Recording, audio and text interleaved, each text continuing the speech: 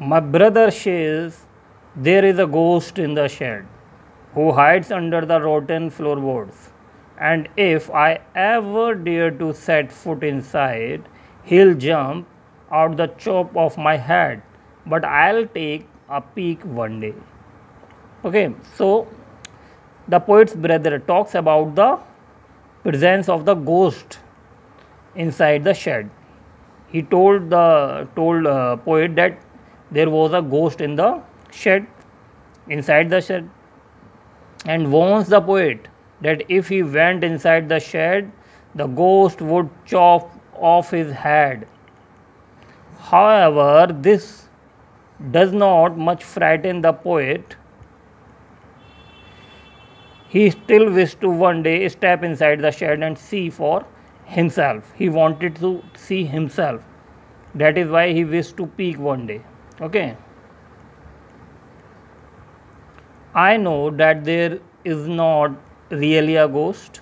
My brother tells lies to keep the shed for his den. There is not anyone staring or making strange noises, and the spider has been gone from his web since I don't know when. I'll go into that shed one day soon, but not just yet. Means here what the poet wanted to convey with these lines. The poet is able to overcome his fears. He is able to understand the truth. Okay. He is able to understand so that there is no ghost inside the shed. He understands that there is actually nobody inside the shed. Actually, reason was that actually his brother wanted the shed for himself.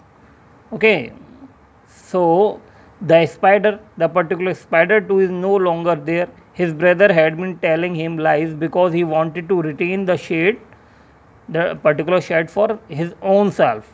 Okay, therefore very soon the poet would be able to set in foot inside the shed. However, he says that this can't happen immediately. Okay, you should wait for it. Okay, he was not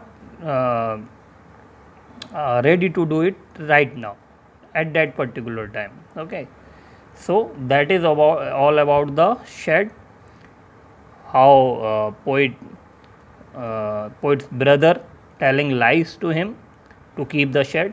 Okay, so question answer in next video. Goodbye.